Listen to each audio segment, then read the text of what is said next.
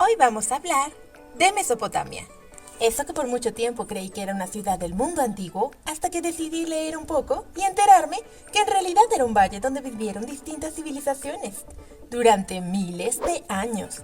La zona de Oriente Próximo, ubicada entre los ríos Tigres y Éufrates, así como algunas zonas contiguas a la franja entre ambos ríos, es lo que se conoce como Mesopotamia.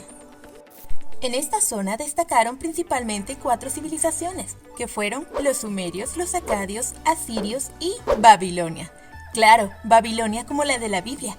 Bueno, de hecho veremos que muchas de las historias de la Biblia nacieron en estas primeras civilizaciones, o bueno, al menos en las versiones más antiguas de estos relatos.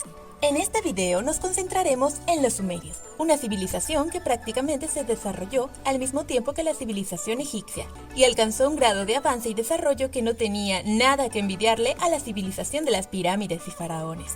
Sin embargo, ¿por qué no se han encontrado grandes vestigios de esta civilización?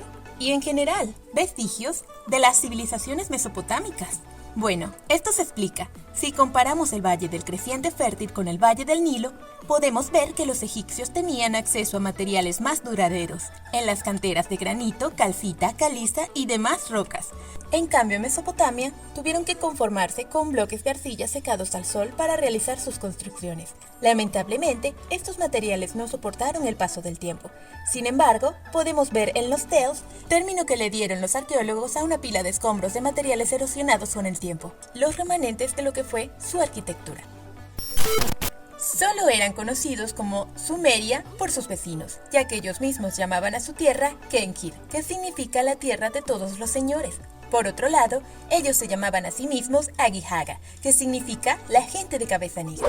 Algo tremendamente curioso de los sumerios, que aún desconcierta a algunos historiadores, es que hablaban una lengua totalmente diferente a las de sus vecinos. No estaba emparentada con ninguno de los pueblos que los rodeaba.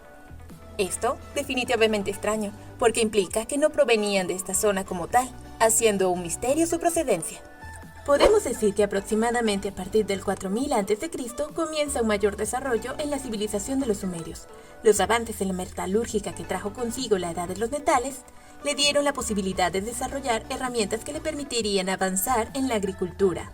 Tales fueron el arado y al mismo tiempo la implementación de sistemas de regadío, lo que permitió generar excedentes. Así pues, esto nos lleva a hablar de una de sus obras interesantes de la ingeniería. Permitieron el desarrollo de su sociedad a partir de los canales de regadío, siendo pioneros en la construcción de este tipo de estructuras. Fueron capaces de llevar el agua donde antes no había, volviendo fértil grandes extensiones de tierra para el cultivo, logrando así producir una tal cantidad de excedentes capaz de sostener una sociedad numerosa y compleja. Estos canales de regadío eran verdaderamente impresionantes. Algunos llegaban a medir 16 metros de ancho y hasta 100 kilómetros de extensión. Esto lo podemos ver en la ciudad sumeria de Nippur. Algo impresionante, más aún si tomamos en cuenta que fueron construidos hace miles de años. Todos estos avances y mejoras en la producción trajeron como consecuencia el nacimiento de las primeras ciudades sumerias, tales como Kish, Eridu, Uruk, Ur y Nippur. Más o menos todo esto ocurrió alrededor del 3750 y 3200 a.C.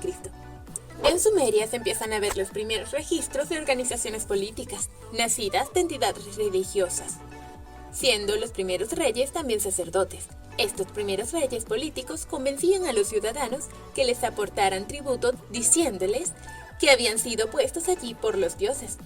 Primeros políticos siendo políticos. El gobierno se solía centralizar en los sigurat, que eran pirámides escalonadas, las cuales tenían la particularidad de tener en la cima pequeñas capillas, que estaban cerradas al público y se suponían que eran el punto de conexión entre el cielo y la tierra, donde los dioses bajaban a descansar. Una estructura lo suficientemente alta como para llegar al cielo. ¿Te suena conocido? Así es, la Torre de Babel. Cualquier parecido es pura coincidencia. ¿Coincidencia? ¡No lo creo! Para organizarse de una mejor manera, para poder manejar su creciente comercio y crecientes ciudades, los sumerios tuvieron que desarrollar herramientas para poder administrarse.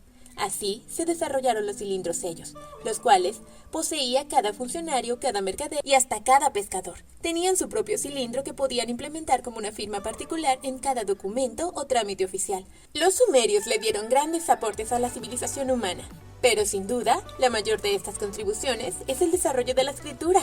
Tal es así que nos referimos a la prehistoria como ese periodo de tiempo donde no existía la escritura. De manera que la única forma de conocer a un pueblo o civilización antigua es a través de la arqueología, y nos referimos a la historia cuando ya hay un registro escrito, de manera que no solamente dependemos de la arqueología, sino que ya podemos leer lo que estos pueblos escribieron.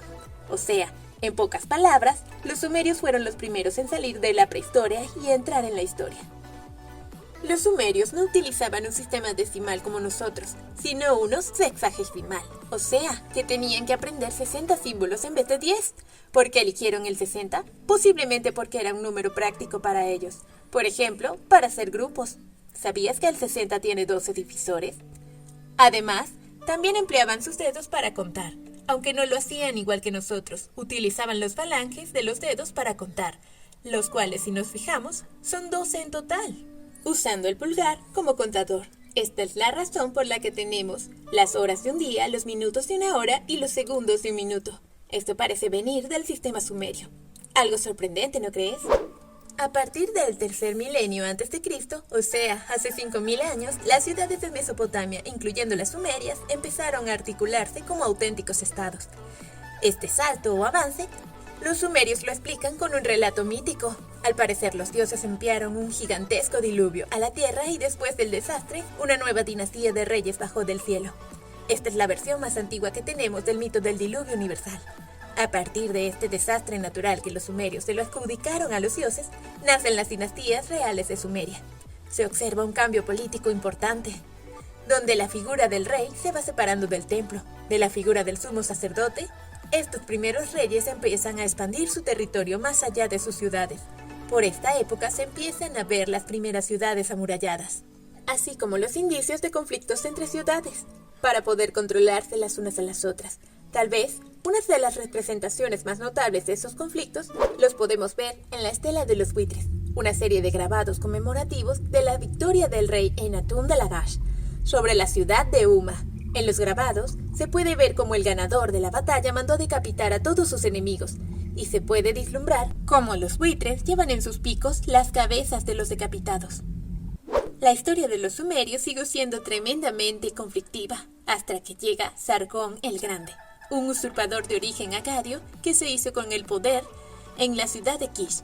Fundó una nueva capital, Agde, y conquistó el resto de las ciudades sumerias, así fundando el Imperio Acadio, trasladando a otras zonas de Mesopotamia el poder político, sumiendo en la irrelevancia a los sumerios.